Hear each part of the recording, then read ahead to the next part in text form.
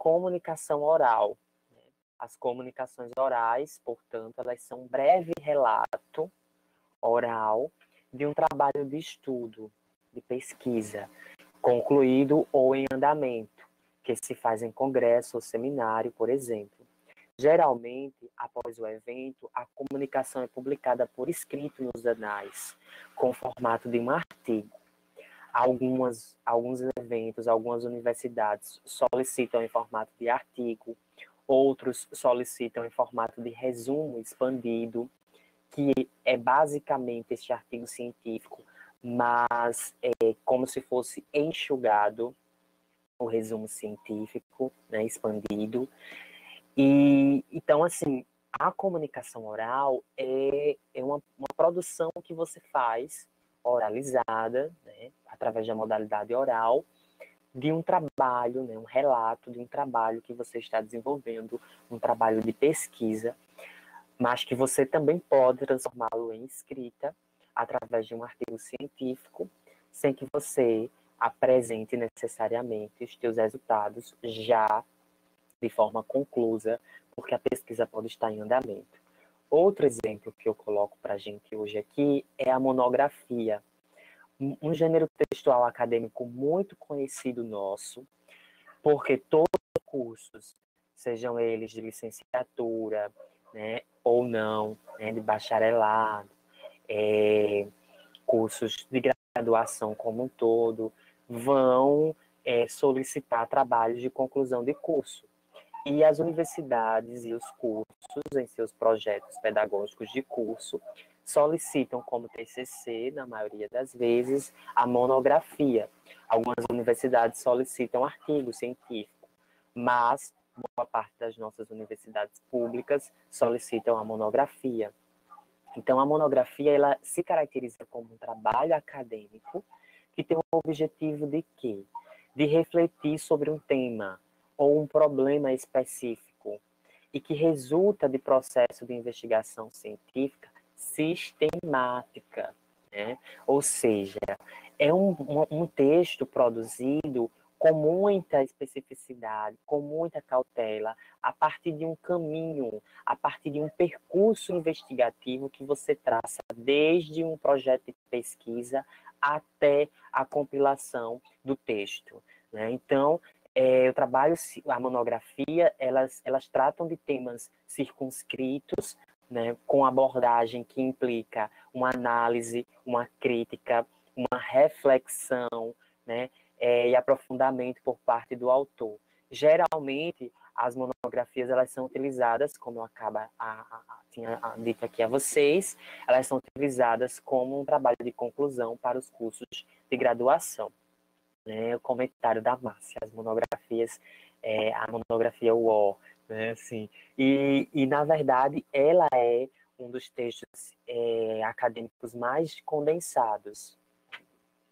No âmbito da graduação, na verdade, a monografia é o texto acadêmico mais condensado, e porque exige do pesquisador, do estudante pesquisador, a sua capacidade analítica, né, e a sua capacidade de desenvolver pesquisa. É um texto que não é difícil de você escrever quando você faz a pesquisa nos moldes operacionais que ela tem que ser feita. O problema, gente, na maioria das nossas situações universitárias, é que nós somos formados nos nossos cursos por alguns professores que não incentivam, não estimulam a vocês desenvolverem esse espírito de pesquisador, de cientista, né? E não há uma iniciação científica muito precisa nos cursos de algumas universidades, né? E a gente, quando se depara com a produção de textos do gênero acadêmico, sente muitas dificuldades, sente diferentes dificuldades. Porque talvez esse espírito de ciência, esse espírito de investigação fica um pouco à mercê na nossa formação.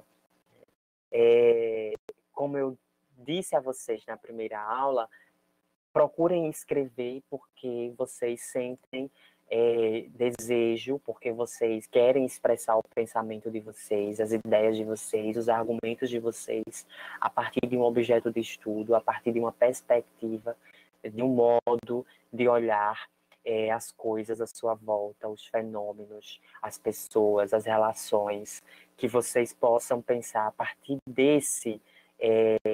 dessa tensão, né, desse posicionamento. Porque escrever o gênero textual acadêmico sempre vai te dar, sempre vai te trazer a tranquilidade quando você faz a tua pesquisa com calma, né? É claro que aqui eu não estou dizendo que vai ser um processo simples de fazer e que você vai ficar meditando o tempo todo, porque o processo não esquenta a cabeça, né? Esquenta sim, tira a gente às vezes do sério. Inclusive, muitas pessoas, quando terminam de escrever o seu trabalho de conclusão de curso, o que é que fazem, gente? O que é que fazem? Terminou de escrever a monografia, ou terminou de escrever um artigo científico, vou pegar um artigo científico, terminou de desenvolver toda aquela pesquisa. O que é que vocês fazem? Vocês voltam para a tela do computador para escrever outro? Ou vocês saem para ir dar uma volta, para desopilar um pouco, vai conversar, né? Diz graças a Deus, porque bate aquele alívio, vai comemorar, né? Vai justamente comemorar, porque é um exercício trabalhoso, é um exercício de um trabalho de formiguinha, né? Que a gente vai fazendo aos pouquinhos, até que resulta em eu costumo dizer que não resulta apenas num trabalho, eu costumo dizer que resulta numa obra, né? Porque há uma diferença. Inclusive, tem um filósofo muito conhecido nosso, que é o Foucault, e em um dos seus livros, ele coloca a questão da diferença entre trabalho e obra. Então, é muito comum a gente viver o tempo todo exercitando as nossas práticas, realizando as nossas atividades como se elas fossem trabalho, né? Uma coisa que apresenta resultados precisos, muito lógicos e que parecem, às vezes, nem ter significação para a gente. Outra coisa é a gente fazer aquilo que nos propõe, que nos é colocado como atividade, como exercício, como desafio, pensando numa perspectiva da obra. Porque aí você olha para o teu trabalho e você diz, nossa, o que eu fiz, né? Nossa, o que eu consegui escrever. Nossa, como eu sou capaz, né? Como eu sou demais, como isso tem um significado para a minha história de vida, que conquista que eu acabo de desenvolver. Né? E aí isso vai te dar ainda mais uma capacidade de pensamento crítico, reflexivo, científico, porque você vai ter um olhar significativo para as suas práticas acadêmicas. Mas atenção, pessoal, nós falávamos aqui de gêneros, nós falávamos do gênero textual acadêmico, e nós vimos apenas 2 exemplos, a comunicação e a monografia. Temos uma infinidade de exemplos. A gente poderia falar do próprio ensaio, do próprio resumo, do relatório, do artigo científico, que nós vamos conversar daqui a pouquinho, mas eu só coloquei como exemplo no slide anterior apenas 2, a comunicação oral, porque essa comunicação, ao longo da tua graduação, você pode produzir um monte delas, né? Você pode já ir treinando, desenvolvendo a tua técnica de escrita acadêmica a partir das pesquisas que realiza e escrever comunicações orais para participar de eventos científicos, para participar de alguns seminários que acontecem na tua universidade, no teu centro. E claro, no final do seu curso, uma outra produção textual muito importante, que é a monografia. Agora, eu queria que a gente começasse a pensar com o Markowski, que é um linguista da área da linguística textual, que diz o seguinte: quando dominamos o gênero textual, não dominamos uma forma linguística, e sim uma forma de realizar linguisticamente objetivos específicos em titulares. Uau, olha o que ele coloca para a gente. Essa agonia da gente querer dominar uma forma linguística, né? Da gente querer dominar a melhor forma de escrever, de ter desenvolvido o melhor português, vamos pensar. Pode ser algo que, em algumas situações, te aflinja muito, né? E te desequilibre, te desestimule, te desmotive, faça você perder um pouco do foco, que deve ser muito mais na forma da realização concreta dos teus objetivos específicos, na situação comunicativa em que se vê, né? Do que você estar preso a essas outras questões. Porque, assim, você pode não dominar a língua portuguesa, você pode não ter um domínio muito amplo dos aspectos linguísticos, dos recursos que você precisa empregar no teu texto, de pontuação, de ortografia, né? E aí você, de repente, conhece alguém que tenha essa aptidão, né? Ou que desenvolve esse trabalho de revisão, de estruturação, de reorganização dos elementos, das frases, dos períodos, e pode pedir para que essa pessoa te ajude nisso. Mas neste curso, nós estamos não só tentando te mostrar que a escrita acadêmica ela é algo possível de você realizar e realizar cada vez melhor, mas lhe mostrar também que é possível de você realizar cada vez melhor linguisticamente. Ou seja, organizando o teu discurso e se utilizando de recursos linguísticos, sem que necessariamente você precise recorrer a algum consultor, a algum assessor para ajudar na formatação do teu trabalho, né? Porque aí você também não vai precisar desenvolver um texto e pedir para que outras pessoas revisem, porque você mesmo vai poder fazer isso, vai poder organizar isso.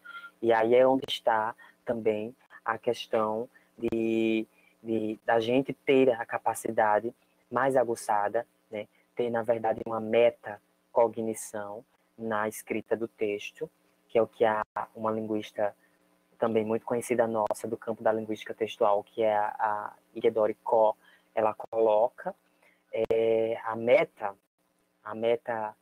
a capacidade da gente conhecer o texto, o gênero textual e dominar os recursos linguísticos deles, essa linguagem, essa competência metalinguística que a gente tem. Né? Então, como vamos fazer linguisticamente os objetivos da pesquisa científica? Vocês estão acompanhando bem direitinho, né, pessoal? Olha, eu trouxe aqui para todos algumas características da pesquisa científica para que depois visualizemos as características da linguagem científica. Então, nós vamos falar de pesquisa científica para depois nós falarmos de uma linguagem científica.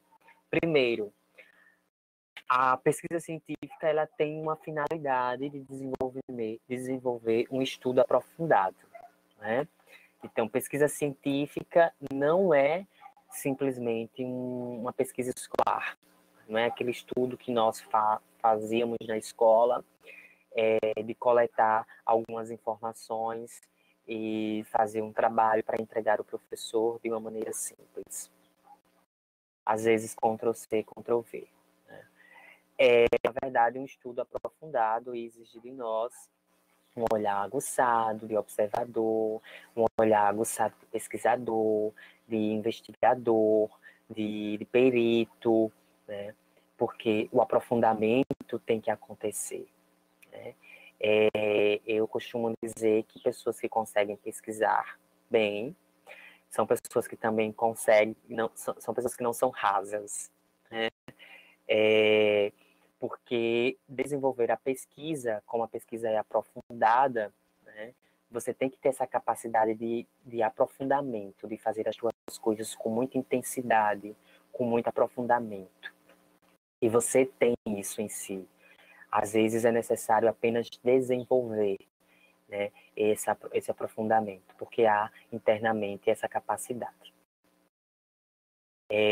Márcia coloca aqui uma observação, talvez esse seja o problema. O ensino médio depende do profissional, não dá premissas para a universidade, dependendo do profissional, exatamente.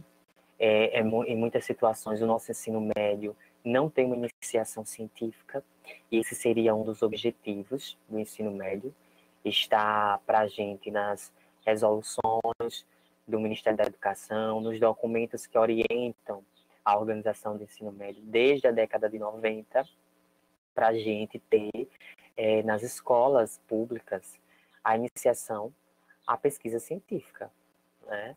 Inclusive, tem escolas de ensino médio que pedem para os alunos fazerem trabalho de conclusão do ensino médio. E eu acho isso legal, porque desenvolve neles a capacidade já de fazer ciência, para chegar na universidade sem muito dessas dificuldades que Márcia aqui coloca, que inclusive faz as pessoas desistirem já no primeiro semestre. É tenso, né? Não pode, de forma alguma. A gente tem que trabalhar em conjunto para estimular as pessoas, para desenvolver nas pessoas as suas capacidades, jamais para fazê-las desistir. Um segundo tópico de característica da pesquisa científica é justamente essa necessidade que nós temos ao desenvolver a pesquisa de buscar fontes e referências. É uma pesquisa que ela não sai do vazio, ela não emerge de uma ideia assim, do nada, né? Ela tem um objetivo claro, preciso, parte de uma problematização, então vai necessitar de fontes e de referências, né? E aí, daqui a pouquinho nós vamos conversar sobre essas fontes e essas referências, onde a gente pode buscar fontes e referências mais fidedignas, porque o teu trabalho ele precisa desse peso, né? Se ele é aprofundado, ele precisa de um peso científico. O terceiro ponto que nós colocamos aqui como característica é que a pesquisa científica é uma investigação que apresenta problematização. Eu havia dito agora anteriormente, né? Agora, alguns minutinhos, alguns segundos. É uma investigação que apresenta problematização. Você tem que desenvolver um problema ou mais de uma questão que te forneça aguce a tua capacidade de investigar, né? Para fazer você se sentir com vontade, com desejo de entender aquilo que se apresenta para você como problema. Eu imagino que as pessoas têm problemas nos seus relacionamentos. Eu queria entender por que as pessoas têm dificuldades em se relacionar umas com as outras. E aí, no campo da psicologia, isso pode te dar uma série de questões que você vai elencar, né? Você vai sintetizar para si quais são essas questões que, de uma certa maneira, são mais específicas, mais te interessam. Gente, só um momento aqui para tomar água, certo? Tudo bem? Alguma dificuldade vocês estão tendo da compreensão?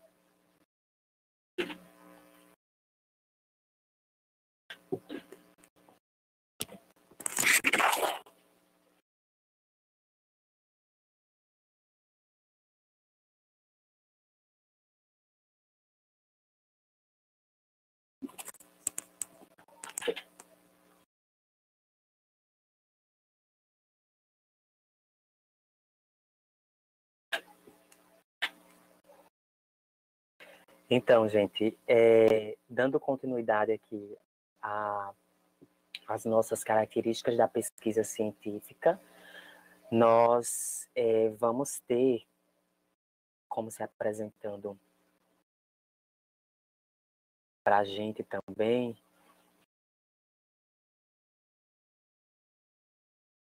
a ideia de que a pesquisa científica ela se desenvolve a partir de procedimentos para que nós possamos adquirir informações e levantar algumas hipóteses. Outra característica é que a pesquisa científica, ela realiza uma análise, né? Realiza uma análise feita pelo pesquisador. Então, se você desenvolve, você adquire informações, levanta suas hipóteses, você vai fazer uma análise disso. Né? Vai fazer análise tanto das informações como das hipóteses que apresenta. A sexta característica é o seguinte: a pesquisa científica segue um raciocínio lógico. Segue um raciocínio lógico. Um raciocínio lógico de planejamento, um raciocínio lógico de desenvolvimento, constatação e análise. Então, todo esse movimento que você faz, partindo do planejamento até a análise, exige de você uma lógica, exige de você um alinhamento entre as ações, né? Entre o seu pensamento, para que os teus resultados eles sejam apresentados de uma maneira mais significativa, né? E, portanto, a tua pesquisa ela se torna execuível.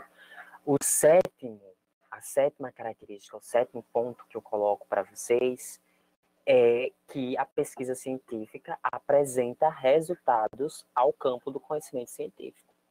Então, você, ao desenvolver sua pesquisa, precisa apresentar resultados para esse campo do conhecimento científico. A apresentação do resultado é uma novidade? É o quê? Né? A apresentação desse resultado, né, ou dos resultados que você consegue, é algo que vai fazer com que a tua pesquisa ela seja, ao mesmo tempo que é generalizada, né, ou seja, que usa que outras pessoas podem se utilizar dela, podem ler, e que torna a análise do objeto do conhecimento de uma maneira generalizada, ela também é específica, né, porque ela é tua, né, então você apresenta um resultado seu de pesquisador, né, você faz uma referenciação a outros autores, você tem algumas fontes nas quais você pesquisa, mas os teus resultados são teus, é do teu trabalho, né? Então você tem que ver o modo também como apresenta esses resultados para a comunidade científica.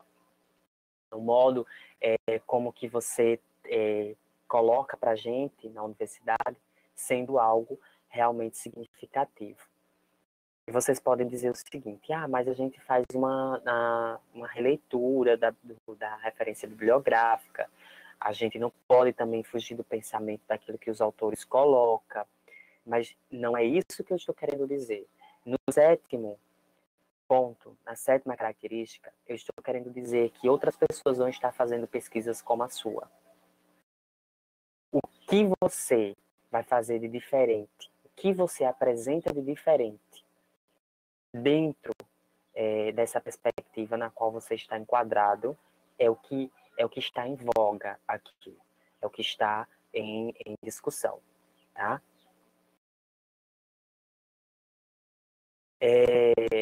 Então, afinal, o que é linguagem científica? O que é linguagem científica para a gente?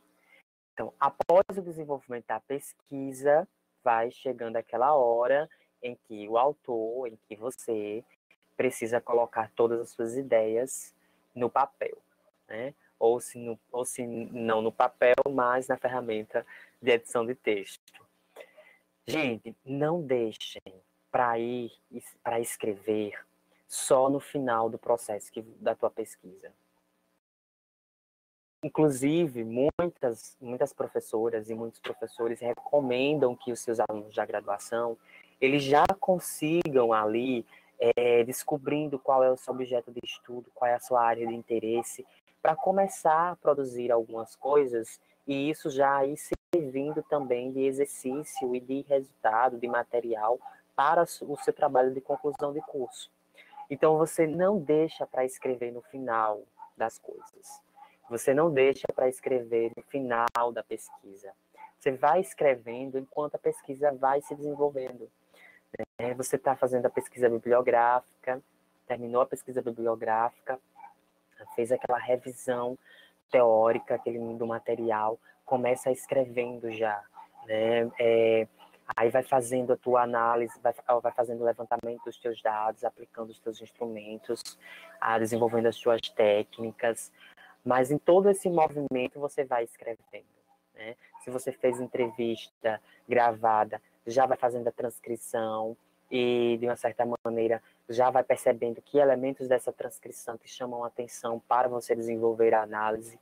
Então, não deixa para a última hora, não deixa só para escrever no final da pesquisa, depois que você desenvolve a pesquisa como um todo, depois que você estuda a referência, depois que você aplica instrumentos, não deixa para tudo para depois, né? Porque isso pode te propiciar uma carga de trabalho, de escrita, que vai te sufocar. E aí, em dados momentos, vai te dar branco mesmo, né? Em dados momentos, vai apagar um pouco as coisas da tua memória, e você vai se sentir perdido nesse quebra-cabeça que é a escrita acadêmica.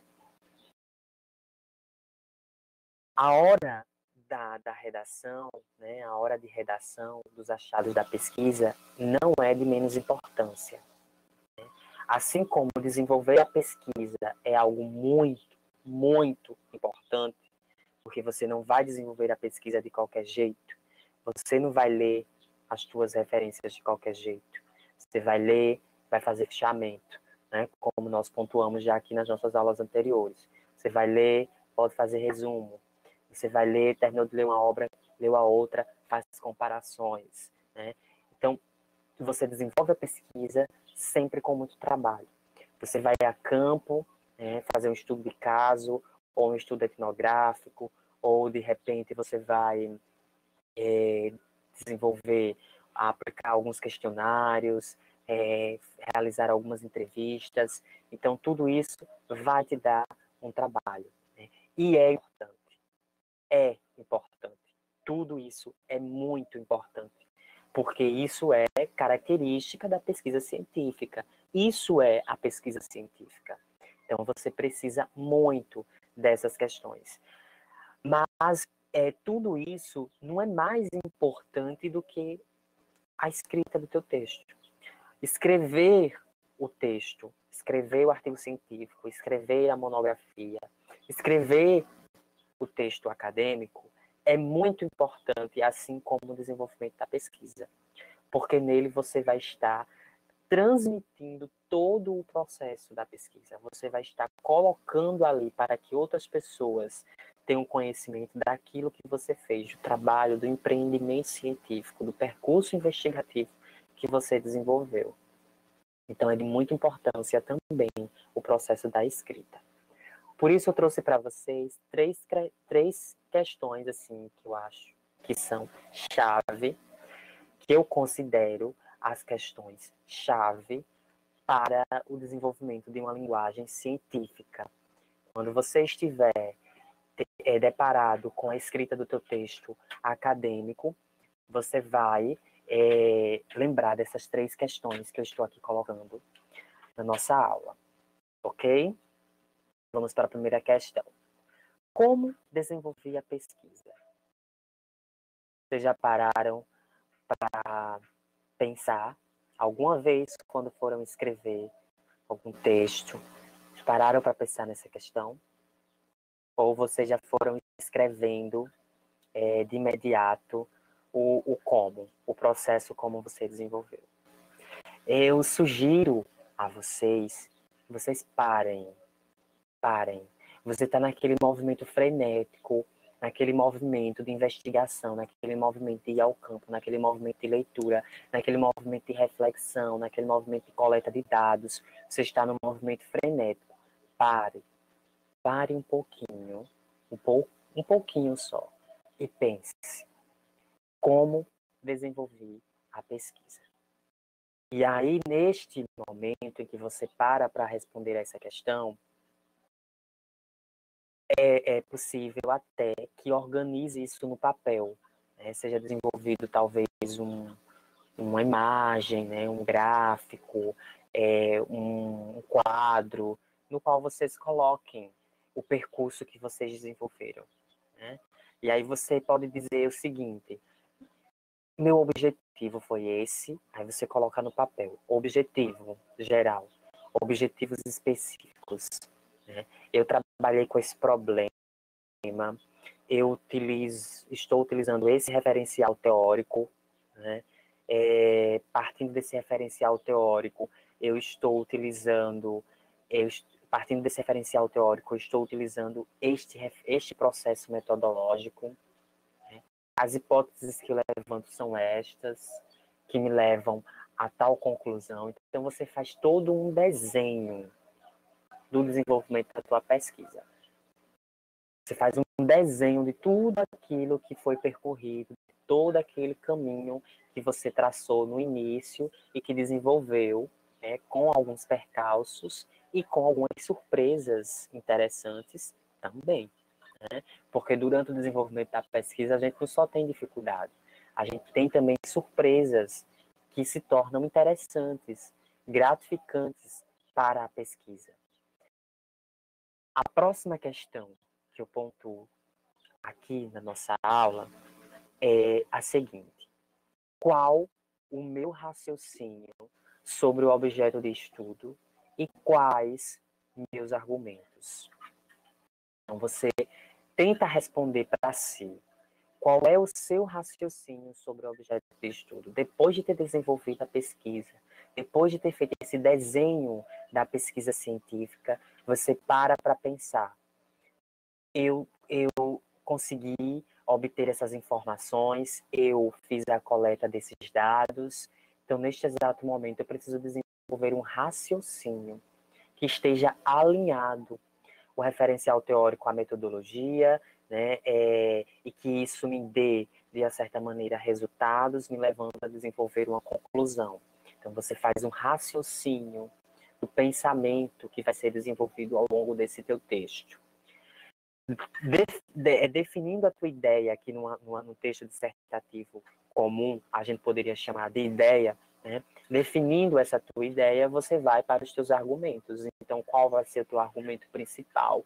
Quais vão ser os teus argumentos secundários? Você elenca isso num planejamento prévio que faz da tua produção do texto e depois você só começa a organizar o seu texto, né, respondendo a outra questão, né?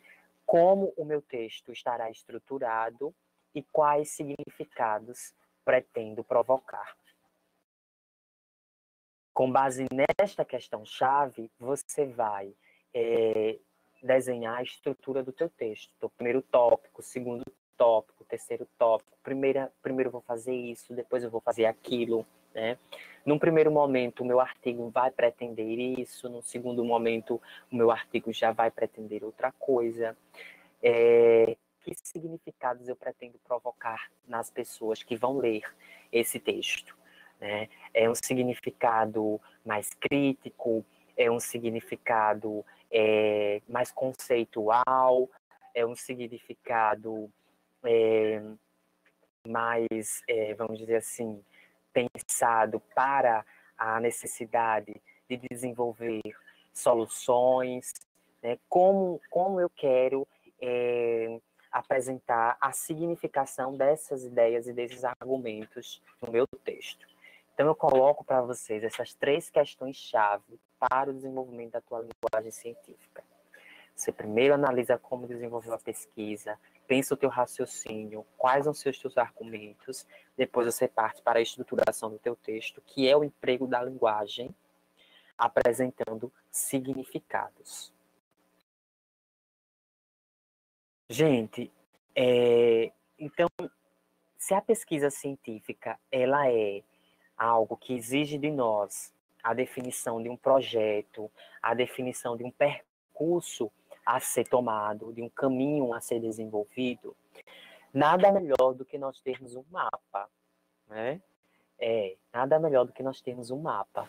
Então, escrever um artigo científico, volto a dizer, não parte do zero nem do vazio. É preciso que nós tenhamos um mapa e que este mapa sempre seja revisto, né? Porque a necessidade que a escrita exige de nós é esta, é de que nós sejamos sempre provocados pelo pensamento. Fran, você gostaria de opinar? Não, perdão, é sempre assim que dá uma queda na minha internet. Aí quando volta, antes de eu desativar, acho que sai algum som aí, me desculpem. Mas Certo. tá sendo muito proveitoso e gratificante, né? Porque assim, escrever é bem complicado, eu acho bem difícil. Até ideias nós temos, mas é exatamente fazer essa ligação das ideias, dialogar com os autores, e você está nos proporcionando algo que irá nos ajudar bastante, penso eu. Falo por mim, mas acho que os outros certamente têm o mesmo pensamento. Muito obrigado pela sua participação, tá certo? Eu que agradeço. Continue acompanhando aqui. Sempre que quiser, pode interagir para a gente trazer as contribuições de vocês também, as reflexões de vocês sobre a escrita acadêmica. Ok, obrigada. Gente, então, seguindo aqui, quando eu penso essa questão da escrita, né, como um ato de navegação, que eu preciso desenvolver várias estratégias, várias técnicas de como eu posso escrever e escrever cada vez melhor, eu trouxe aqui para vocês uma figura, né, eu chamo de uma efígie, né, é uma figura, tá? Para a gente entender como é que a escrita acadêmica ela é desenvolvida. Primeiro, você precisa descobrir a noção de texto. Quando você começa a entender que o texto ele não só é esse emaranhado de palavras, quando você começa a entender que o artigo científico é um gênero textual que tem uma estrutura composicional, que precisa de uma linguagem específica para o desenvolvimento da reflexão e da análise que é provocada cientificamente.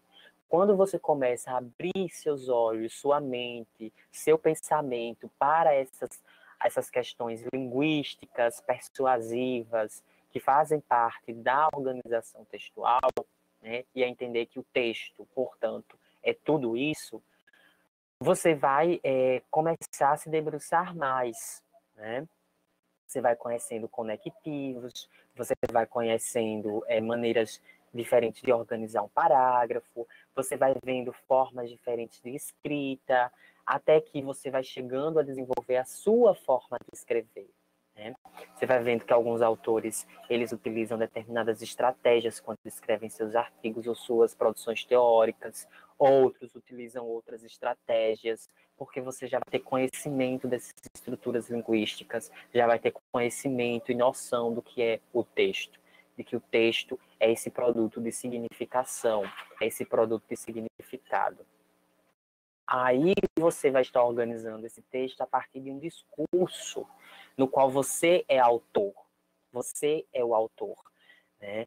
Você tem todo um referencial teórico, você tem uma orientação que às vezes é necessária de um professor, de uma professora, mas o discurso é teu, né? Quem está ali assinando aquele artigo, quem está assinando aquela produção acadêmica é você. Então, desenvolva um discurso acadêmico, científico, alinhado, né, contendo essas estruturas essenciais da linguagem científica, que é a imparcialidade, a neutralidade, a objetividade, a racionalidade, né, fugindo dessa coisa das emoções, do sentimentalismo, né, fugindo dessas coisas que, às vezes, tornam a linguagem interessante e mais expressiva. Porém, no caso da produção acadêmica, você é expressivo, sem necessariamente precisar ser emotivo. O teu discurso tem que ter essa expressividade, mas sem necessariamente você ser emotivo, né? Porque é uma expressividade de ciência, de conhecimento científico. Aí é onde você vai precisar desenvolver a tua linguagem culta, né? Então, gente, conheçam a norma culta da língua. Nós vimos aqui, na nossa aula anterior, coesão e coerência. Eu não repassei para vocês metade metade das palavras e expressões que podem servir de elementos coesivos no texto. Eu não repassei metade. Então, assim, existem várias, uma infinidade dessas palavras e expressões que vocês podem se apropriar e utilizar nos textos de vocês, que vai evitar a repetição de termos, que vai permitir a ligação das orações, né? Das orações principais, das orações subordinadas, que vai permitir a concatenação das ideias. Então, é importante que você conheça também esses elementos. E aqui nós estamos apresentando alguns deles para que você possa ir aprofundando a tua linguagem culta, né, o que a gente chama de uma norma padrão da língua. Então, o texto científico obedece essa norma padrão da língua. Evite utilizações que sejam fora dessa modalidade de uso da língua, né?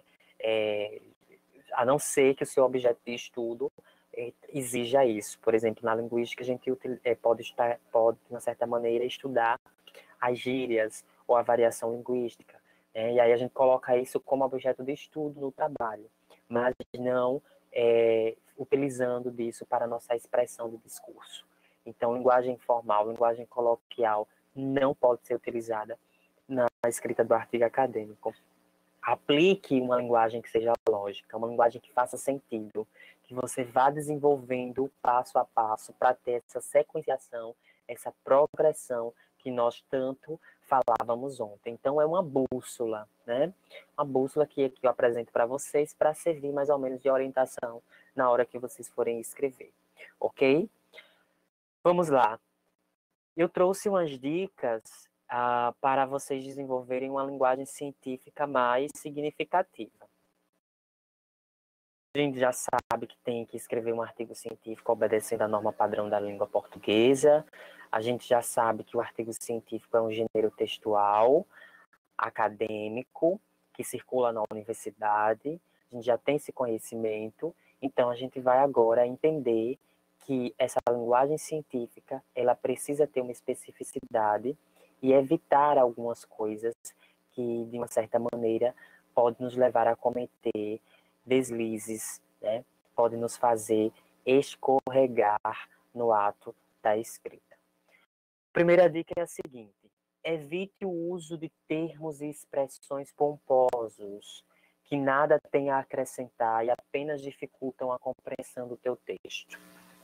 Você não utilize palavras porque acha bonita, certo? Utilizem palavras que realmente possam provocar efeitos de sentido que você gostaria que fossem provocados nos teus leitores, partindo da tua ideia, da tua reflexão, da tua análise. Então, nada de utilizar palavras e expressões muito bonitas, muito eruditas, né? Somente porque a gente acha ela bonita, porque ela é uma palavra diferente que não consta no nosso vocabulário cotidiano. O segundo ponto é: evite a utilização de termos da linguagem informal, como eu falava agora. Vocês não podem utilizar de maneira alguma aspectos da linguagem informal no texto acadêmico. Nunca, nunca vão utilizar linguagem informal no texto acadêmico. Terceiro ponto, a terceira dica: evite o uso de uma linguagem sentimental, emotiva, ou que demonstre uma intensa subjetividade, né? Tem gente que, às vezes, começa a falar daquele objeto de estudo, fazendo uma reflexão, aí, às vezes, se coloca também como parte do seu objeto, né? E porque tem uma relação muito intrínseca com o mesmo, e faz uso da linguagem num viés sentimentalista, né? Num viés que a gente chamaria até sensacionalista também, né? Então, é importante que a gente, se a gente, por exemplo, está escrevendo um texto na área dos direitos humanos, mesmo que sejamos um ativista, é importante que não nos coloquemos de um modo tão sentimental, tão emotivo, tão subjetivo, que as pessoas vão notar ali você, né? O seu ativismo enquanto pessoa e não enquanto pesquisador. Então, é importante ter cuidados, né, cautelas nesse processo de escrita. E, claro, muitos dos nossos objetos de estudo com os quais nós temos interesse, né, nos quais nós temos interesse, com os quais nós dialogamos, são objetos de estudo que a gente não escolhe por acaso. De alguma maneira, eles fazem relação com a nossa história de vida. De alguma maneira, eles fazem relação com o nosso modo de pensar, de ver o mundo. Então, isso já é, de alguma maneira, um aspecto subjetivo. Mas a linguagem científica, ela não permite que você se utilize de um sentimentalismo, né, de uma emotividade profunda. A quarta dica é para que vocês possam evitar o uso de conceitos vagos, né? Trate do que realmente você tem domínio. Às vezes, ou de conceitos vagos que ainda não foram muito bem comprovados e estudados na academia. Mas um conceito, ele pode se tornar vago no seu trabalho à medida que você os utiliza sem explicá-los, né? Sem dizer o porquê, sem demonstrar seus motivos, né? As razões que levaram você a trabalhar com esse conceito e não com outro. Então, o conceito pode ficar vago. E fica vago normalmente porque você não tem um domínio, você não tem uma precisão em termos de conhecimento sobre isso, né, sobre esse determinado conceito. Então, aprofunde-se nele para que em seguida o utilize nas suas produções. Uma outra dica é para que nós evitemos expressões de difícil ou impossível comprovação, né? Essas expressões de difícil ou impossível comprovação são expressões linguísticas que a gente diz é bastante comum, né, por exemplo. E essa expressão, ela é quase que impossível de uma comprovação, porque você diz de uma maneira que parece ser muito generalizada, ou que parece ser muito banalizada, e aí empobrece o teu texto, porque parece que não tem uma comprovação sobre o que você está dizendo, né? Não se tem uma comprovação real, concreta, do que você está dizendo. Então, evitem essas expressões. A outra dica é que vocês evitem também a utilização de advérbios e adjetivos quando estiverem fazendo a escrita do artigo acadêmico. Por quê? Gente, advérbios, eles indicam o quê? Eles indicam o que a gente fala de eles são intensificadores, né? Ou especificadores. Eles podem indicar uma intensidade, né? Um modo, um lugar. E esses advérbios, em muitas situações, eles podem empobrecer o teu texto. Então, quando a gente diz frequentemente, quando a gente diz consequentemente, quando a gente torna muito o texto com muitos advérbios, né? A gente torna o texto com muitos advérbios, isso não é legal para a tua escrita acadêmica. Então, evita o uso de advérbios. Porque os advérbios, eles indicam, de uma certa maneira, quando eu falo para evitar, né, para evitar nesse sentido, de que eles indicam, de uma certa maneira, uma intensidade que talvez não seja muito comprovada cientificamente. E os adjetivos, eles qualificam, né? Eles têm um valor qualificador. Então, quando você utiliza adjetivo, você está dando valor àquela expressão que é afirmada, àquela expressão que você enuncia. Então, os adjetivos também empobrecem o teu texto. O uso de muitos adjetivos. Lembre-se que o que eu estou dizendo aqui não é que você não vai utilizar advérbios e adjetivos. Podem ser utilizados, mas o excesso deles, né? É necessário também que vocês evitem no máximo a utilização deles, porque podem não levar a linguagem a parecer científica.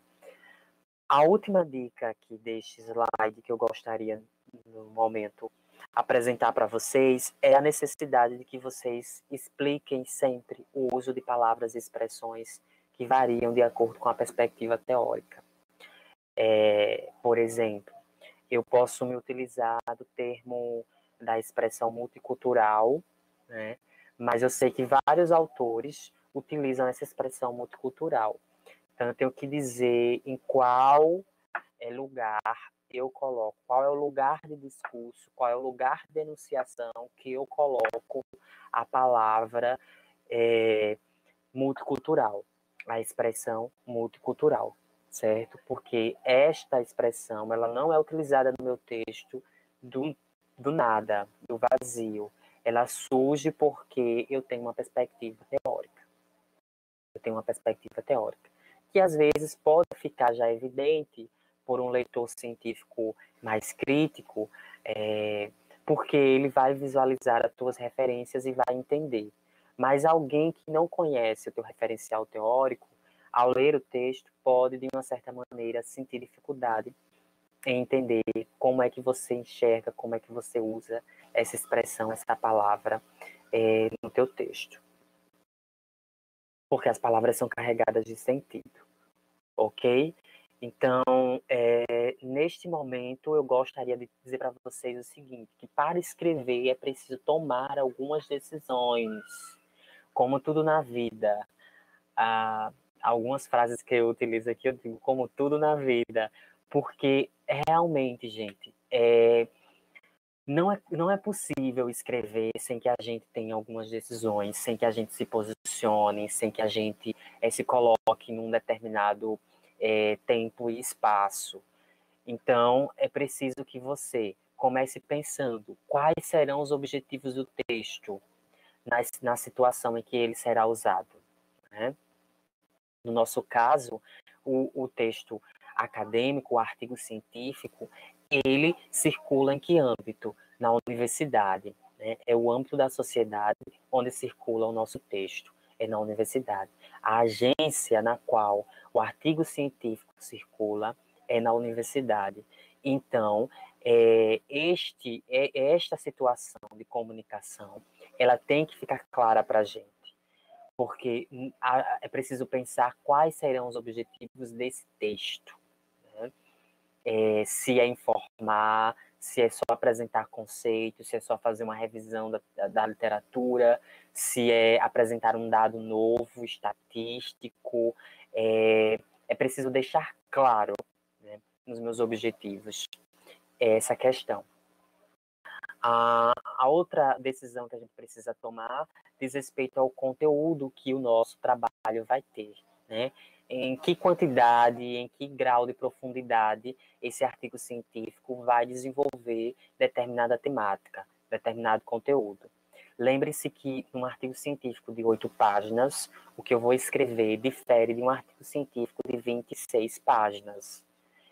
Então, eu preciso ter noção, entendimento, compreensão do que, de fato, irei abordar nestes artigos, porque eles se apresentam em profundidades diferenciadas de escrita. Então, vamos ter também essa cautela no ato da escrita. Ok, pessoal? Se vocês tiverem aí alguma questão, forem pontuando alguma coisa, podem ir colocando já desde o início, porque eu passei os outros slides já e já começa aqui na questão das decisões que precisam ser tomadas, e vocês podem ir dizendo. Então, a Márcia coloca aqui, tem um número X de páginas que configurem o artigo? Não, tá? Não necessariamente, porque eu uso necessariamente para só enfatizar. Mas as universidades, elas pedem artigos, a quantidade de páginas varia de professor para professor, varia de normas de publicação, de evento para evento, normas de publicação de revista para revista. Então, a gente não tem uma quantidade de páginas específicas. Agora, eu diria para você que, em termos mínimos, algumas universidades pedem o número 8, né? Pedem a quantidade de páginas 8. Assim, no que diz respeito à questão do número mínimo. Mas não existe um número, uma quantidade de páginas específica. Quando eu falo aqui da questão da quantidade de páginas, é para a gente ter noção do nível de aprofundamento que nós vamos fazer do conteúdo a ser abordado no artigo. Tudo certo? Ok. Se alguém tiver outra dúvida, outra questão, também podem pontuar, tá bem, gente? Vamos lá. Então, outra decisão que precisa ser tomada é como será organizado e distribuído esse conteúdo ao longo do texto. Como ele vai progredir, se desenvolver. Quantos parágrafos o texto terá? Se serão longos, médios ou curtos? Então, prestem bastante atenção também aos parágrafos. Quantos parágrafos esse texto terá? Você já sabendo a quantidade de páginas, vai imaginar mais ou menos como vai estar estruturado depois que você faz a subdivisão dos seus tópicos. Que grau de envolvimento do autor e do leitor será estabelecido? Até que ponto tua cosmovisão, tua postura, teu modo de enxergar esse objeto de conhecimento vai estar sendo evocado? E o que você quer provocar em termos de significação, em termos de sentido no leitor.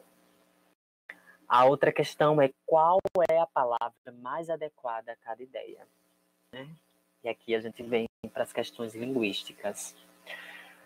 Você quer expressar a sua ideia, mas às vezes aquela palavra que é utilizada, aquela expressão linguística que é utilizada, pode não ser muito adequada para a situação de expressão da tua ideia.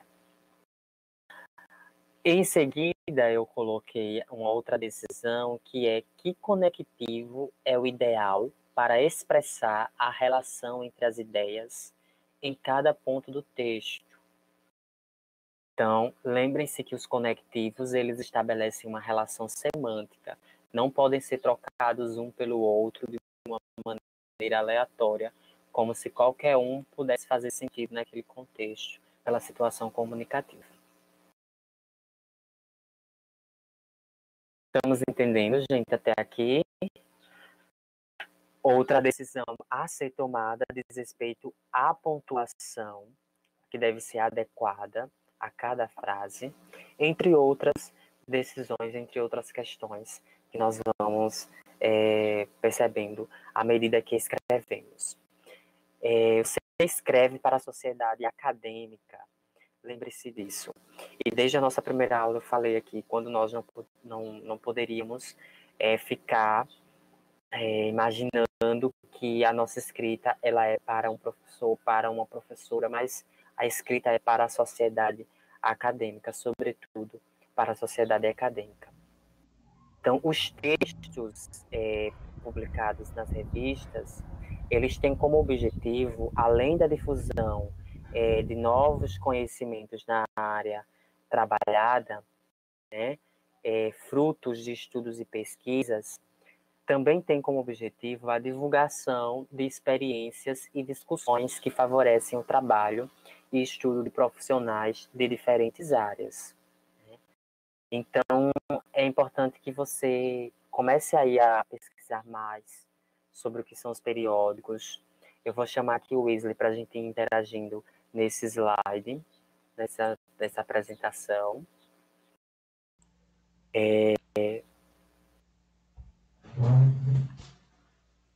O Wesley pode participar aqui também, Ok, tá certo?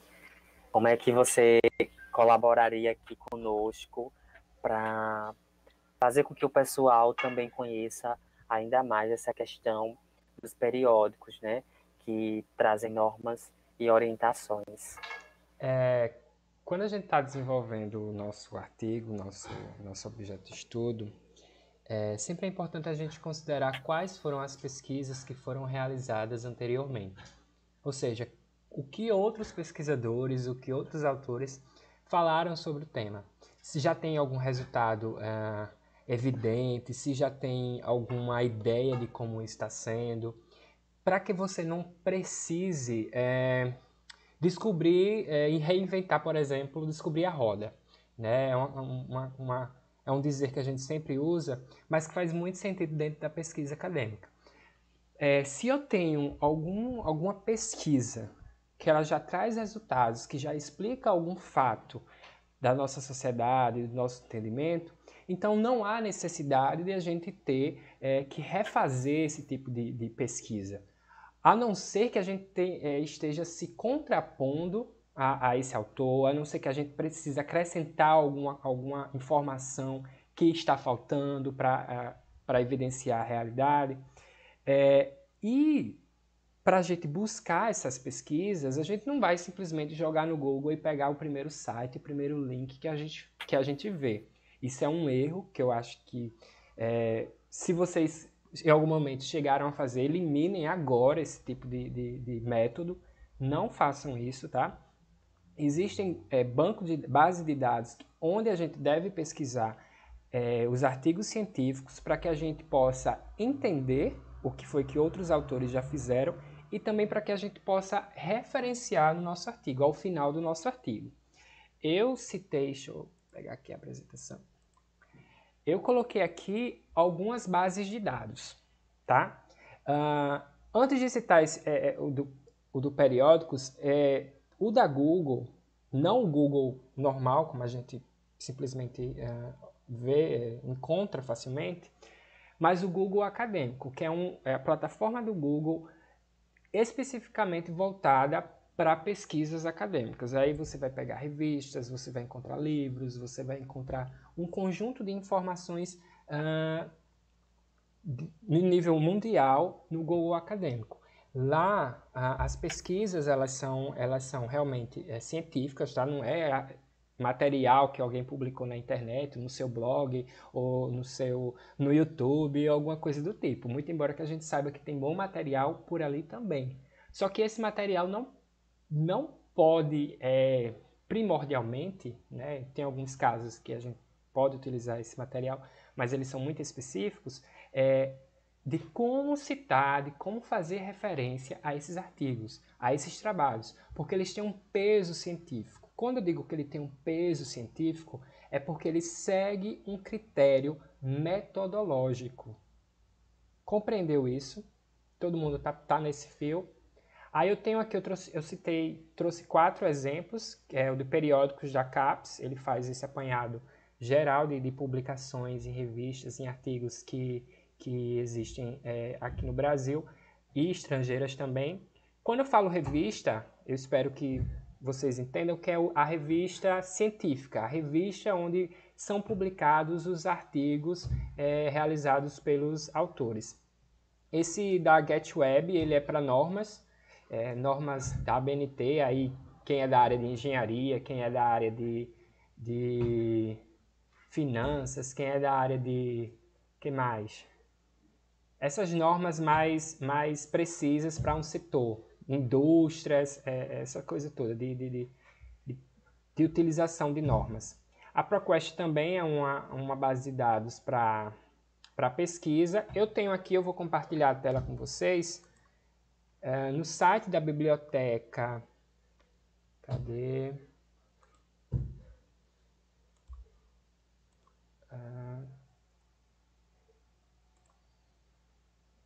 Vai dar um looping aí, mas pronto, aqui. Não se preocupe não.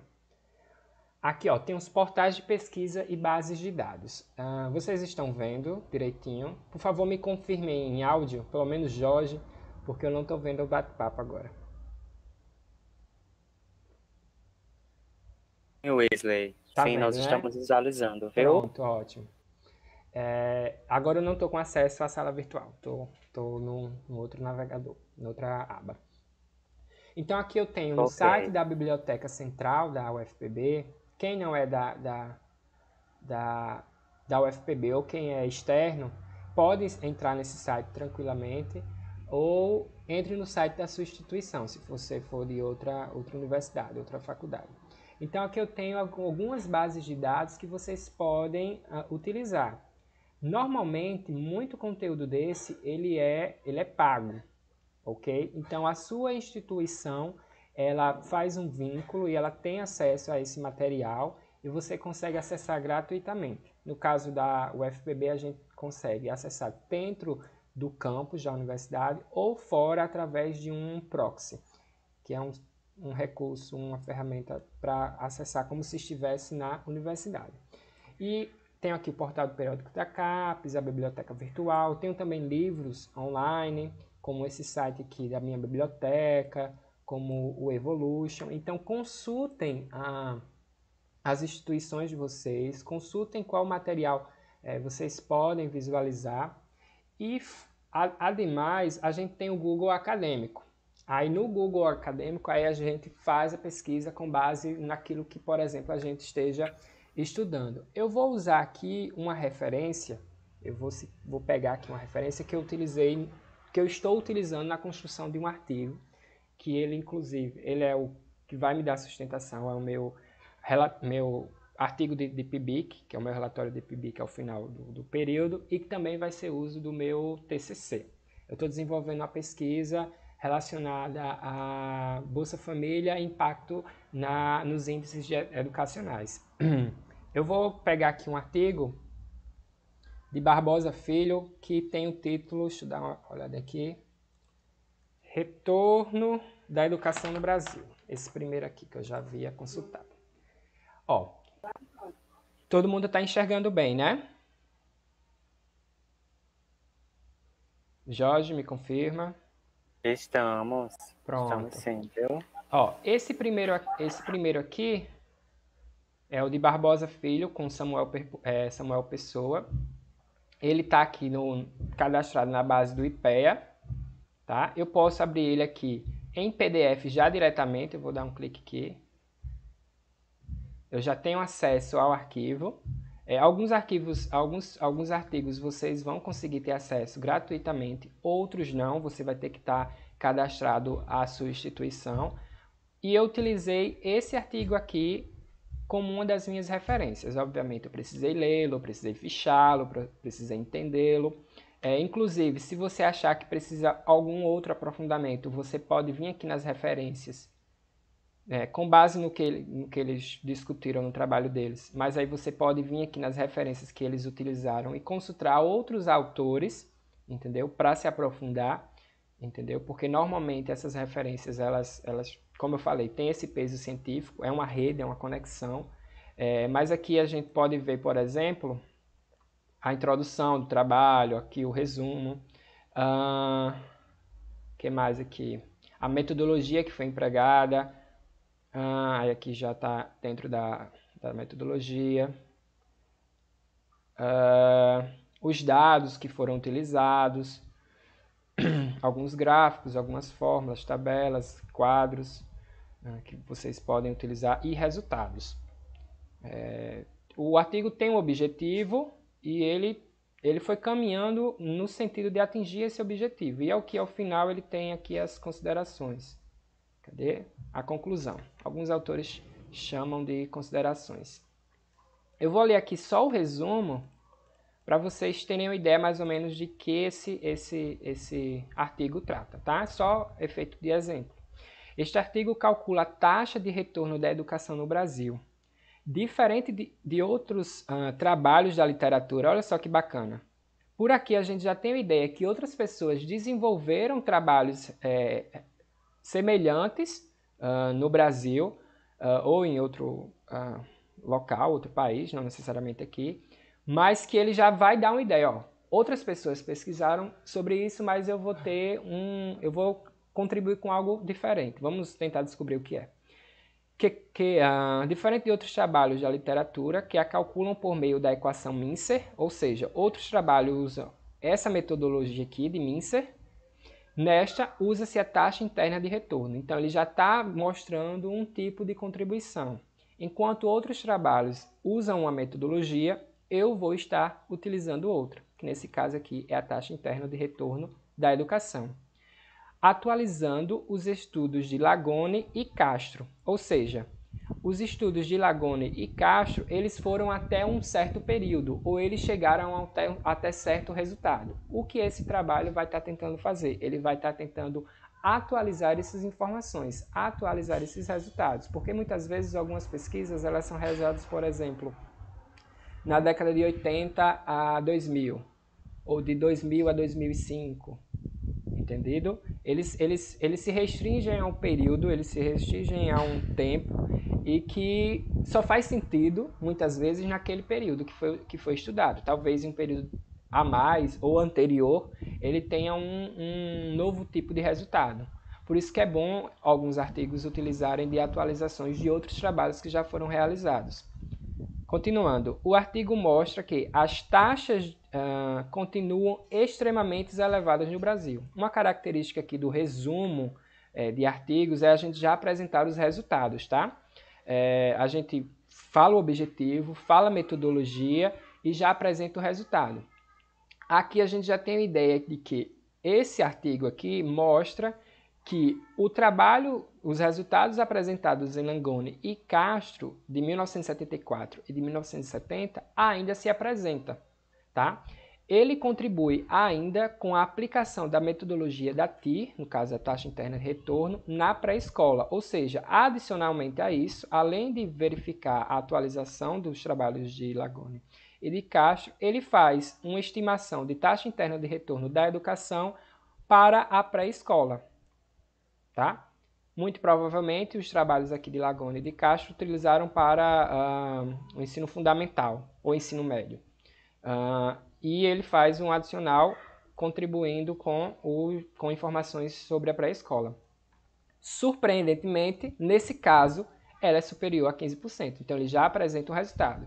O primeiro foi que continua extremamente elevada no Brasil com base nos trabalhos de Lagone e Castro e, adicionalmente, um novo resultado, que para investimentos em pré-escola, ou seja, se eu vou investir na pré-escola, a taxa interna de retorno para cada ano que você está na escola, ou seja, se você estudou do primeiro ao nono ano, cada investimento, eu estou falando numa linguagem bem econômica, tá? Me perdoem por isso, cada investimento que você faz de ir para a escola, ou seja, você passa um ano na escola, você tem uma possibilidade superior a 15% ao ano se você frequentou a pré-escola.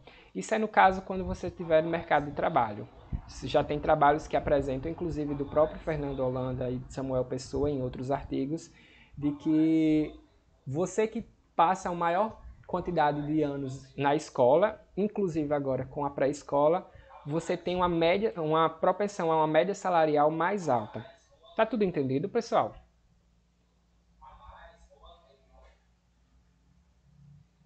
Eu vou voltar aqui para... Isso, Wesley. O pessoal está aqui comunicando que conseguiram compreender. Ótimo. Alguma dúvida até agora? Porque eu vou passar para outro ponto bem importante também na questão dos periódicos. Tá claro aqui esse exemplo que eu usei, a questão da pesquisa, de qual artigo procurar. Me digam aí no bate-papo.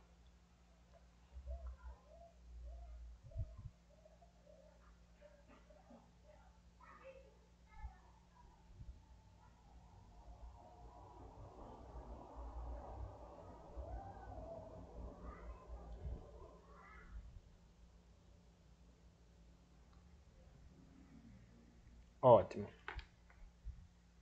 Eu vou passar esse slide aqui, ó. E aqui eu tenho algo bem interessante. Eu vou dar Qual referência escolher? Eu mostrei para vocês que eu utilizei a referência de Barbosa, tá? E de Pessoa, de Fernando de Holanda Barbosa e de Samuel Pessoa, sobre a taxa interna de retorno da educação, sobre o investimento em educação e o retorno que se tem. Mas aí eu pergunto, essa foi uma boa escolha minha? Ou simplesmente o professor diga, leia esse texto porque ele é importante. Então, para a gente ter um certo grau de autonomia nas escolhas de quais periódicos a gente vai escolher, a gente vai utilizar uma ferramenta, um instrumento bem bacana de classificação de periódicos, que é o chamado Qualis, que está dentro da plataforma Sucupira. O que é o Qualis? Ele é um sistema, tá aqui, ó, ele é um sistema usado para classificar a produção científica dos programas de pós-graduação no que se refere aos artigos publicados em periódicos científicos. Qualis, ele afere a qualidade dos artigos e de outros tipos de produção a partir de análise de qualidade dos veículos de divulgação, ou seja, dos periódicos científicos. Então, imagine que eu tenho um conjunto de revistas e cada revista tem uma série de artigos que são publicados por autores.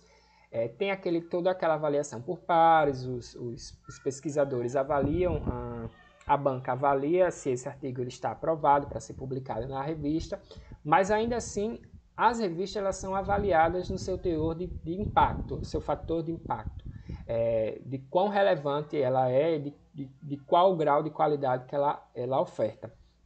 Aí aqui a gente tem. Nas classificações, aqui é uma classificação da Qualis, ela se atualiza periodicamente, ou seja, a avaliação das revistas elas são periódicas também. Então, nas classificações que vão de 2010 a 2016, existe um tipo de classificação que vai de A1 até C. A1 é o mais elevado e o C é o que tem peso zero, por exemplo. A1 e A2 vocês é mais voltada para revistas internacionais de qualidade, de ótima qualidade internacional. B1 já pega a série B já pega mais voltada para os nacionais, e o C normalmente ela não necessariamente ela passa por uma avaliação mais rigorosa, tá bom? Então, quando a gente está pesquisando por artigos, sempre é importante a gente verificar qual é o qualis da revista, se aquela revista em que foi publicado aquele artigo ela é qualizada. Na classificação de 2017 a 2020, ela já vai ter uma atualização que vai acrescentar aqui o A3, tá? A1, A2 e A3, A4 também, e continua com B1 até B4 e o C. Eu vou tentar abrir aqui com vocês aquela mesma revista que eu... Deixa eu compartilhar aqui a tela, já tinha esquecido.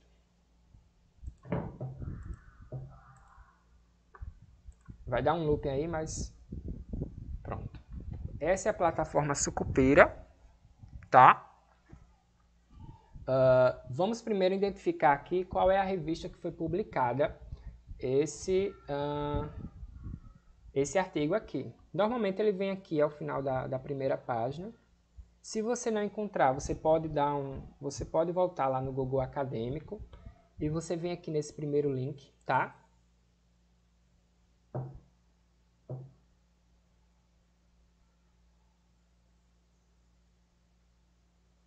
Carregando. Aqui ele foi no do IPEA. Aqui a gente pode ver aqui nos registros completos do item. A gente pode identificar a publicação. Aqui, ó, revista Pesquisa e Planejamento Econômico, tá? PPE. Como é da minha área, eu já tenho uma certa familiaridade. Mas aí vocês verifiquem quais são as revistas mais utilizadas no... Eu vou copiar essa revista aqui. Eu posso tanto pesquisar pelo nome da revista como pelo ISSN, tá? Normalmente esse número ele é mais escondido, mas quando você encontrar é até melhor. Inclusive vocês podem ver essa revista aqui. Cadê? Alguns itens aqui no Google Acadêmico ele já mostra a revista, tá vendo? Brazilian Journal of Political, a revista de Economia e Administração, Brazilian Review of Econometrics. Aqui já mostra algumas revistas. Nessa aqui só mostrou o site, que foi o repositório do IPEA. Vamos dar uma olhadinha aqui no site. Eu estou aqui na plataforma Sucupira, tá? Eu vou abrir aqui o Qualis, tá vendo? Qualis. Aí aqui fala um pouco sobre Qualis, a atualização, alguns dados. Isso aqui que tem lá no slide que eu coloquei para vocês. E eu venho aqui, faça sua pesquisa. Aí aqui eu venho e digito o título ou ISSN Ops, o tempo expirou. Deixa eu dar uma atualizada nessa página.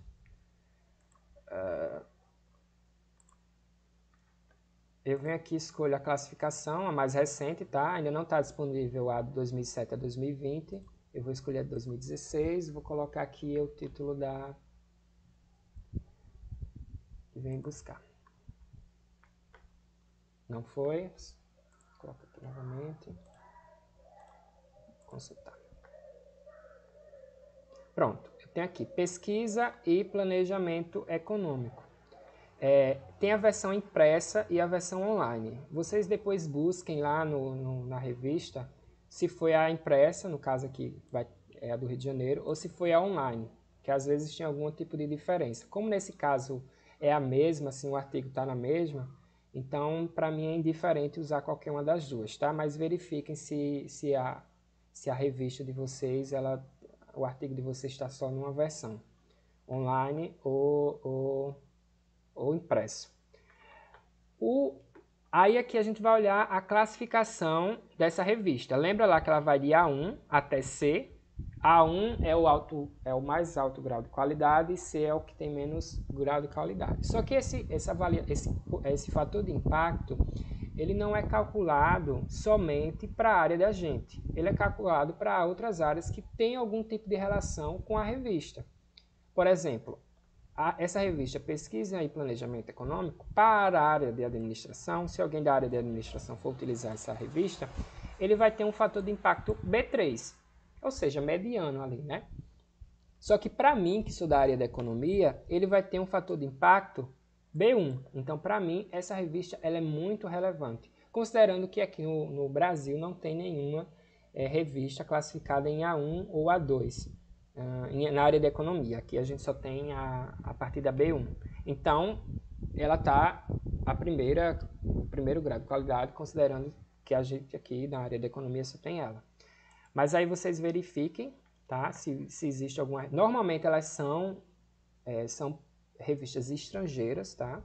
Normalmente, mas não quer dizer que não tenha nenhuma aqui com classificação A1 ou A2, tá? E para mim, essa revista aqui, onde está o meu artigo, cadê meu artigo? Esse meu artigo aqui, que eu utilizei, ele é um B1. Então, ele é um artigo muito relevante para a minha área, ele é de um forte impacto para a minha área, com uma boa qualidade. Então, a chance de aqui ter alguma besteira, né? A chance desse artigo aqui ter alguma coisa errada é muito baixa, entendeu?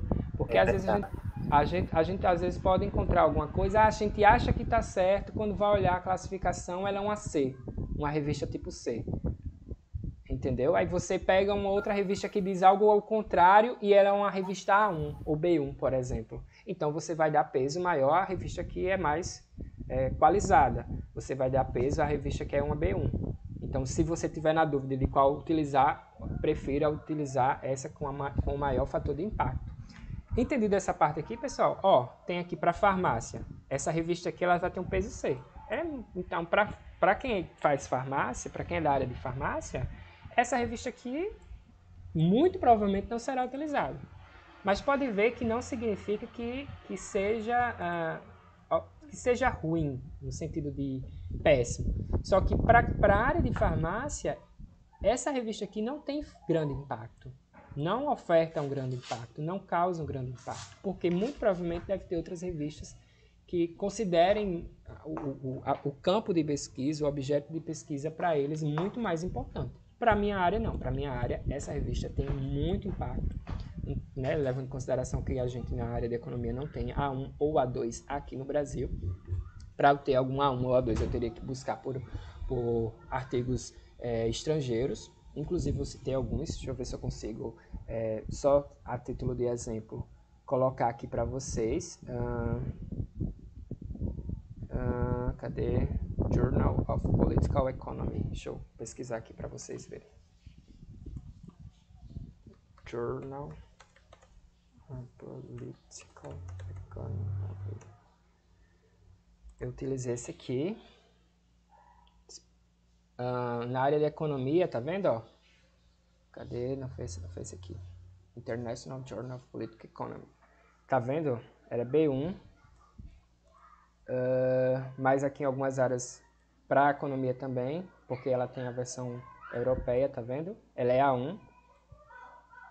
Então, aqui eu vou comparar com o ISSN para tirar a dúvida de qual das duas é. A citação que eu usei é do ISSN 0891. No caso, foi essa aqui que eu usei. Foi essa aqui. Ou essa aqui. B1 ou B2, foi essa aqui. Tá? Mas aí vocês verifiquem sempre qual é a classificação dela e vejam qual o fator de impacto que ela tem, tá? Aí se você vê que para a área de vocês, no caso, para a minha área, economia, se ela fosse uma revista C ou B5, assim, lá para baixo, eu tentaria buscar outra que tivesse uma informação com qualis maior, tá?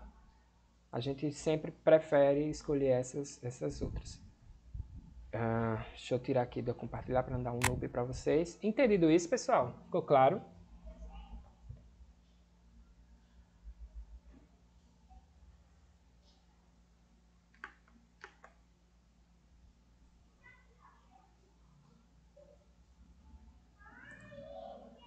Pois você está visualizando? Tá ouvindo? Tô ouvindo. Pronto, pessoal. Entendeu, gente? Essa questão, entendido?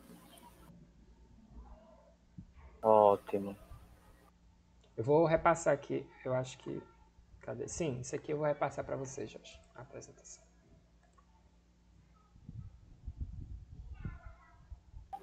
O Anderson Rafael... Diga, Anderson. Sim, o Qualis, a plataforma Sucupira lá com o Qualis, ela serve justamente para isso. Para você consultar o fator de impacto, consultar a avaliação das revistas que você vai utilizar. Então, quando você estiver buscando por algum tema, algum assunto, certo? Ou seja, no Google Acadêmico, no Periódicos, você achou aquele texto muito interessante, muito relevante para ser colocado nessa pesquisa, mas não tem certeza se ela tem um bom fator de impacto, se ela é uma revista de qualidade, você procure lá no Qualis, tá? Alguns professores nossos aqui na economia, pelo menos para mim, são um pouco exigentes. Então, para a gente aqui, elas pedem que sejam de B1 para cima. Aí vocês conversem com os professores, com os orientadores de vocês a respeito de qual artigo, qual revista utilizar, tá? Nada impede que você utilize outras, mas aí é um consenso com você e seu orientador, seu professor. Mas, assim, se você quiser ter um pouco mais de autonomia e não quer se sentir inseguro, eu recomendo vocês pegarem aqueles que têm maior qualis para a área de vocês, tá bom? Essa questão que o Slay coloca, pessoal, para nós é muito interessante, porque nos faz perceber onde a pesquisa científica circula.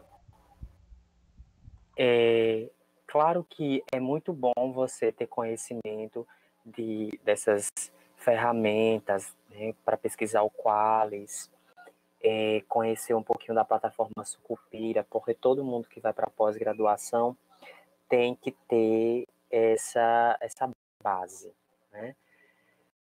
Mas quando você estiver em contato com o seu orientador, ele vai, de uma certa maneira, te guiando, te norteando a você fazer pesquisa com seriedade, e para que o teu trabalho seja científico e tenha uma originalidade e um peso dentro da academia.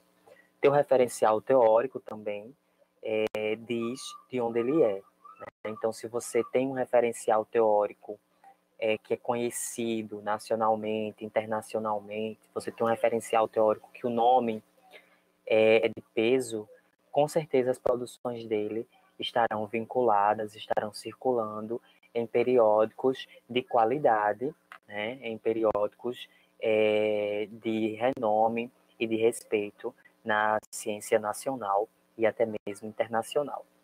Então, partindo dessa reflexão, nós vamos já aqui iniciar a apresentação dos elementos textuais do artigo científico para seguirmos na finalização da aula de hoje, sugerindo a vocês uma proposta de atividade que poderá ser desenvolvida agora no final de semana, e na próxima segunda-feira a gente já inicia com essas produções teóricas de cada um. Os artigos científicos, eles vão apresentar basicamente as mesmas estruturas que alguns outros textos acadêmicos, né? Ele vai ter os seus elementos pré-textuais, os elementos textuais e os elementos pós-textuais. Nós vamos estudar melhor o artigo científico segunda e terça-feira, as suas partes em si, né? O que a gente coloca em cada pedacinho dele para compor. Mas hoje a gente já vai conhecer. Então, os elementos pré-textuais são o título, o nome dos autores, o resumo, as palavras-chave, né? É aquilo que vem antes do desenvolvimento do texto enquanto um corpus de análise, de apresentação e de análise do referencial teórico. Os elementos textuais é onde, de fato, a gente vai se prendendo e talvez seja o nosso grande foco, será o nosso grande foco nas próximas aulas, que é a questão da introdução, do desenvolvimento, que abrange o referencial teórico e os aspectos metodológicos da pesquisa, e, em seguida, a conclusão, ok? E aí, nos elementos pós-textuais, nós vamos apresentar as referências, o glossário, caso seja necessário, algumas notas explicativas, alguns anexos, tá? Que podem ser figuras, fotografias, gráficos, né? Algum material que serviu de referência ou que foi coletado na nossa pesquisa, né? Ou até mesmo produzido durante a pesquisa. Então, o artigo científico tem essa estrutura. São os elementos pré-textuais, os elementos textuais e os elementos pós-textuais que vão compor, né, o gênero artigo científico.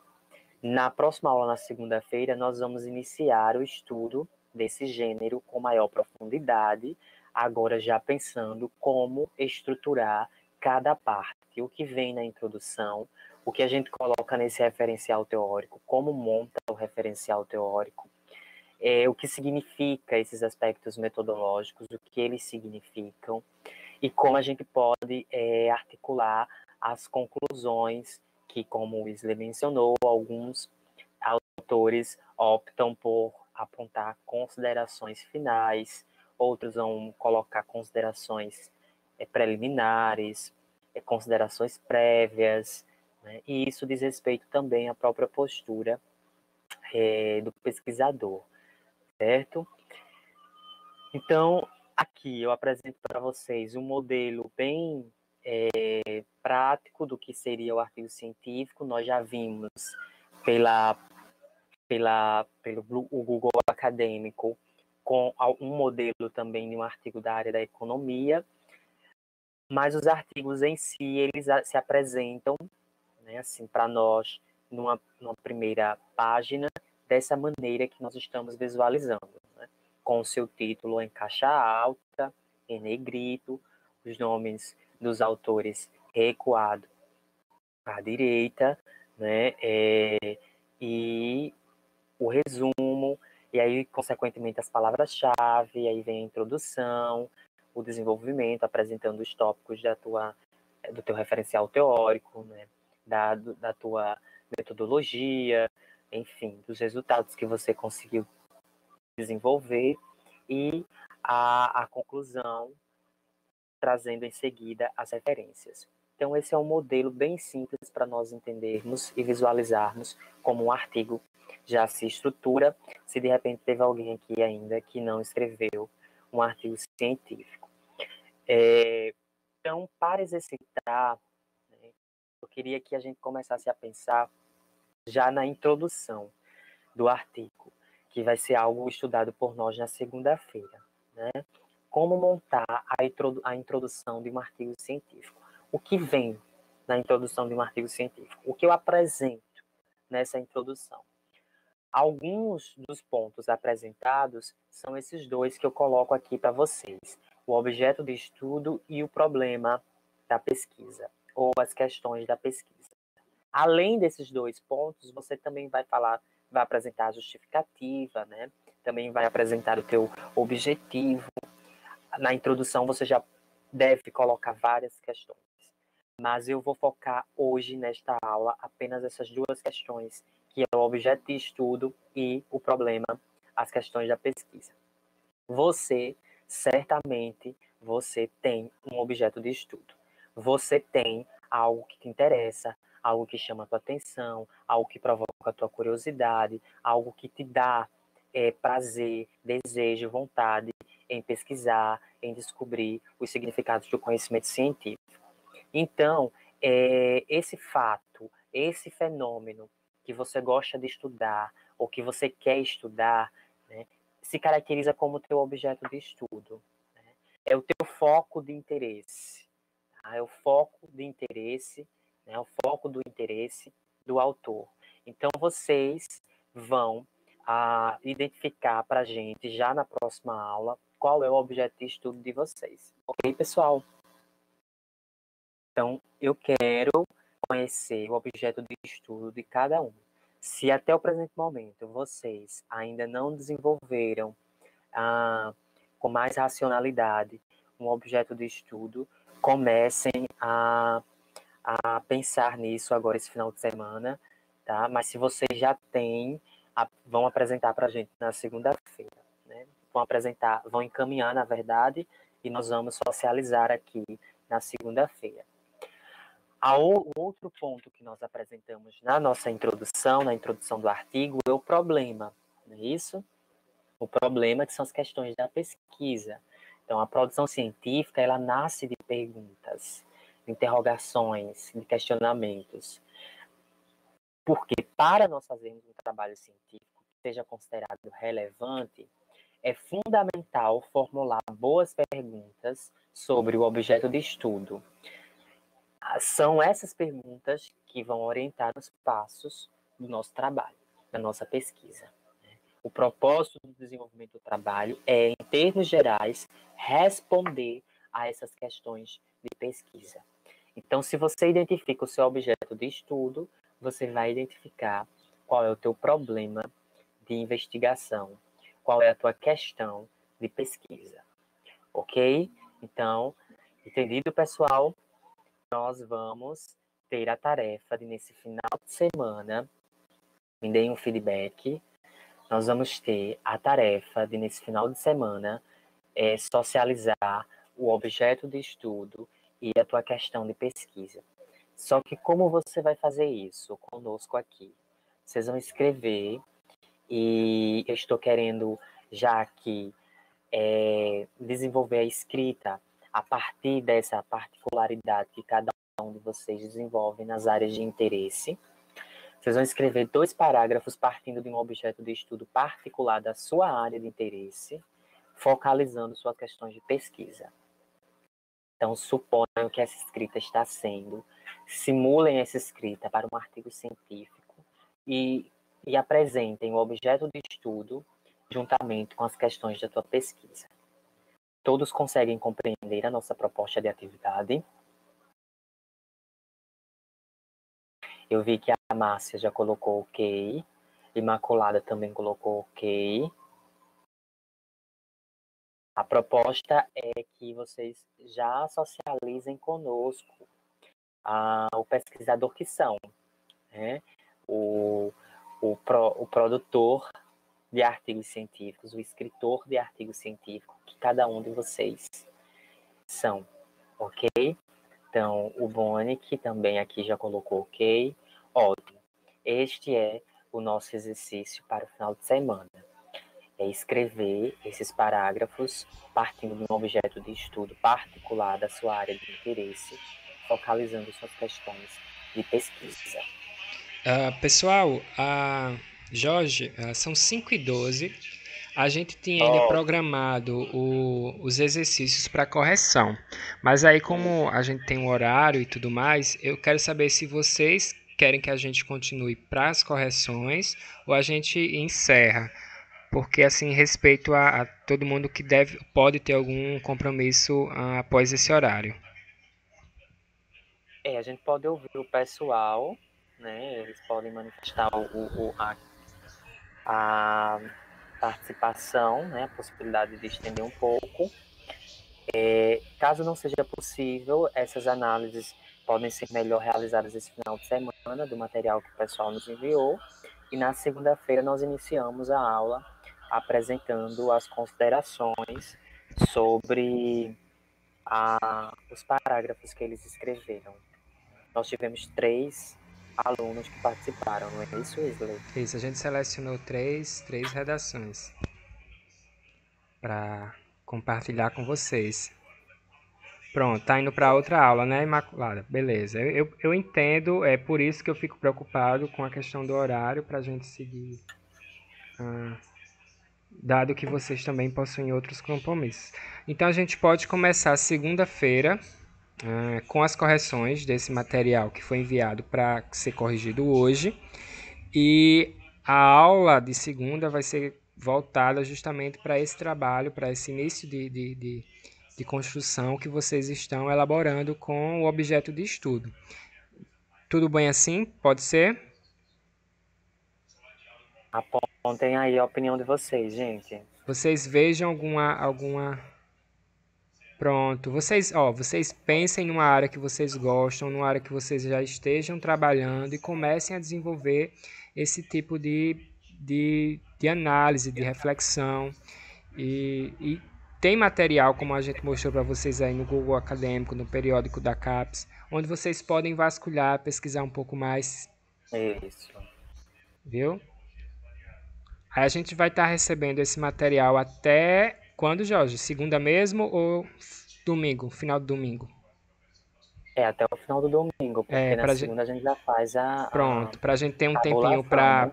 para analisar, né? Então envie esse trabalho até domingo, até o último minuto do domingo, para quem gosta de pressão, né, Jorge? Fica até o último minuto do domingo escrevendo e mandem pra gente, tá? E vocês podem mandar para o meu e-mail. Deixa eu colocar aqui no bate-papo para vocês. Pronto, Wesley. Enquanto você coloca o e-mail, já vamos me despedindo aqui do pessoal. Certo. Gente, a aula de hoje, eu acredito que ela possibilitou a vocês ampliarem um pouco as questões da linguagem científica, entendendo como se formata, como se organiza isso no processo acadêmico. Eu espero ter contribuído mais uma vez para o desenvolvimento dessas reflexões. Nas próximas aulas, nós vamos nos direcionar mais precisamente para a escrita do artigo científico, das partes que o compõem, dos aspectos composicional do gênero. E hoje o que nós fizemos foi essa reflexão mais precisa e ao mesmo tempo geral do que é a pesquisa científica e do que é a linguagem científica. Claro que quando nós formos conversar sobre artigo, nós vamos estar falando de pesquisa o tempo todo, inclusive quando nós entrarmos na parte da metodologia, em que iremos apresentar aqui algumas estratégias técnicas para vocês desenvolverem a pesquisa. Márcia perguntou se é preciso colocar título. Se vocês quiserem ilustrar com o título para a gente ler e fixar melhor o objeto de estudo de vocês, também não tem problema, certo? O que eu quero é perceber a capacidade de delimitação do objeto de estudo e a capacidade de construção de questões de pesquisa. Mas vocês, se quiserem dar um título, não tem problema algum. Tudo certo? Então, um forte abraço virtual para todos. Bom final de semana e tentem articular da melhor maneira possível esses parágrafos. Wesley? Pronto, pessoal, essa foi a nossa aula hoje. Lembrando mais uma vez, a gente vai receber o trabalho de vocês até domingo, tá? Então tentem ser pontuais os horários. Tentem não esquecer também, tá? E segunda-feira a gente volta com a nossa aula às 3 horas da tarde, tudo bem? Então até segunda, tchau, tchau para vocês. E daqui a pouco eu mando para vocês o link com essa videoaula e o PDF, tá bom? Até mais.